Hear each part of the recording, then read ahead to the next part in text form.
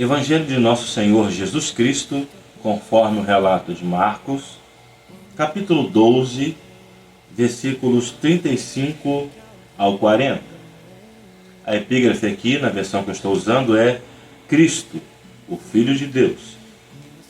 Enquanto ensinava no templo, Jesus perguntou: como dizem os escribas que o Cristo é o filho de Davi? O próprio Davi falou pelo Espírito Santo: disse o Senhor ao meu Senhor: assenta-te à minha direita, até que eu ponha os teus inimigos debaixo dos teus pés. O próprio Davi chamou-lhe Senhor. Como, pois, pode ser seu filho? A grande multidão ouvia-o com prazer.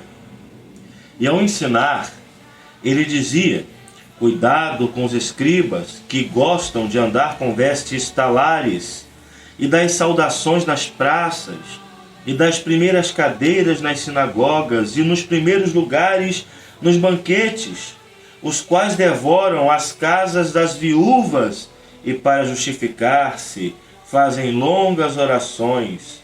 Estes sofrerão um juízo muito severo.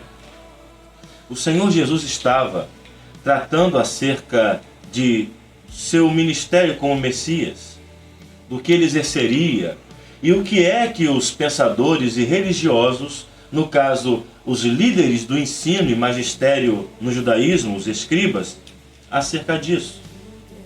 O que eles pensavam e como que eles viam o governo messiânico que o Messias iria exercer. É claro que nós sabemos que os judeus esperavam um Messias político, esperavam que o Messias exercesse um papel social, político para aqueles tempos.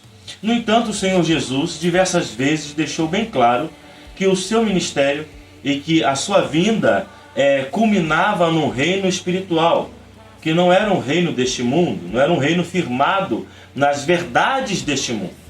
Mas os 3 últimos versículos, que é sobre os quais eu quero meditar, eles falam sobre algumas verdades que podemos identificar sobre aquilo que reluz como ouro, mas não é ouro.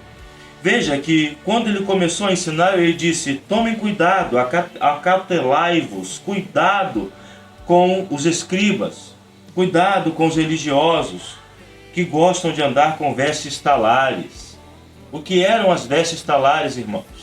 Eram aquelas roupas compridas, eram aquelas roupas que os identificavam como homens do conhecimento, como homens da religião, como homens da espiritualidade. Eram aquelas roupas longas que faziam com que dentre a multidão eles se destacassem, eles fossem vistos como pessoas responsáveis pela religiosidade judaica.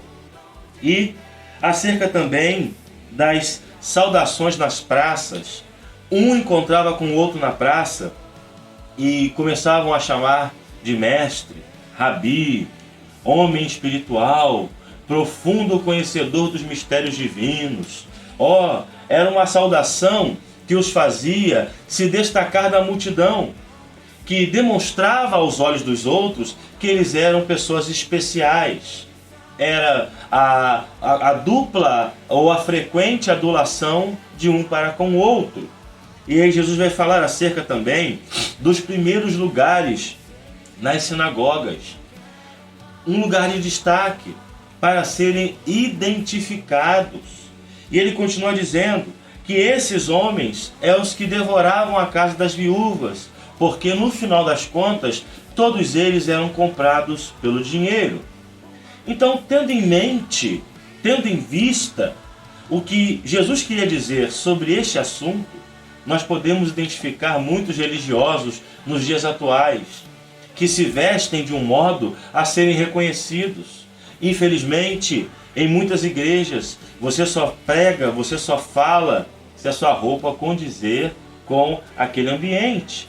Como numa ocasião, eu me recordo que ao ser convidado a pregar no lugar, a primeira coisa que me exigiram foi usar um terno. Isso é o sentimento farisaico. É a roupa que identifica o ministro, não o dom que Deus lhe deu de expor a Escritura.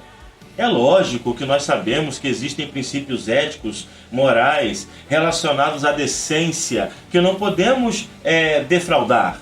Mas nós não podemos colocar esse peso ou essa responsabilidade na indumentária, porque nem toda indumentária é tão fácil e tão simples de se comprar assim. Eu me recordo quando fui comprar a minha primeira camisa de colarinho clerical e fui até uma loja. E quando eu cheguei naquela loja, o valor daquela camisa de colarinho clerical davam para 3 camisas sociais de tecido superior. Então nós temos que ter cuidado com isso. O desejo de ser reconhecido, de ser visto. É triste e trágico quanto muitas pessoas carregam o título de pastor sem ter a menor vocação, sem ter o mínimo de conhecimento das Escrituras. Quantas pessoas se dizem pastores e não conhecem o beabá da Bíblia, não conhecem o beabá da Escritura, não conhecem hermenêutica, homilética, exegese, não conhecem a história do cristianismo. E aí nós vamos ver um monte de pastores que não conhecem absolutamente nada. São meros papagaios de piratas que repetem o que ouvem dos outros e nunca leram sequer a Bíblia toda, de Gênesis ao Apocalipse. E aí o texto continua falando sobre os primeiros lugares nas sinagogas. Nós podemos fazer uma aplicação direta para aqueles que amam estar sobre os palcos, para aqueles que gostam de serem vistos nos altares, se assim podemos chamar assim, naqueles púlpitos gigantescos e aparecendo ali com aquela roupa extravagante, sapatos coloridos ou ternos coloridos para serem identificados como pregadores. É lógico que a mensagem de Jesus tinha um contexto imediato. É lógico que ele tinha que conviver com os fariseus e os escribas, e ele exorta os escribas e fariseus em diversas ocasiões no Evangelho. Mas como isso se aplica nos dias de hoje? Como isso continua, parece que arraigado no coração do falso religioso? O problema de Jesus não era com a roupa em si. Eu não vejo problema nenhum com colarinho clerical, com toga ou nada do tipo. O problema é quando a aparência substitui a essência. O problema é quando a hipocrisia toma conta e quando aquelas pessoas são meros atores. Dizem ser pastores, mas não têm vocação e preparo para ser. Dizem ser evangelistas, mas não pregam nem ao vizinho. Dizem ser presbíteros, mas não têm a mínima vocação como ancião que deveriam ser a ensinar os mais novos. Dizem ser diáconos e não servem um copo d'água para alguém que está com sede. Devemos rever esse conceito e entender que se nós não vivermos a prática da realidade da vocação, nós seremos apenas aquilo que aparenta ser sem ser. Nem tudo que reluz é ouro. Cuidado com a hipervalorização da aparência.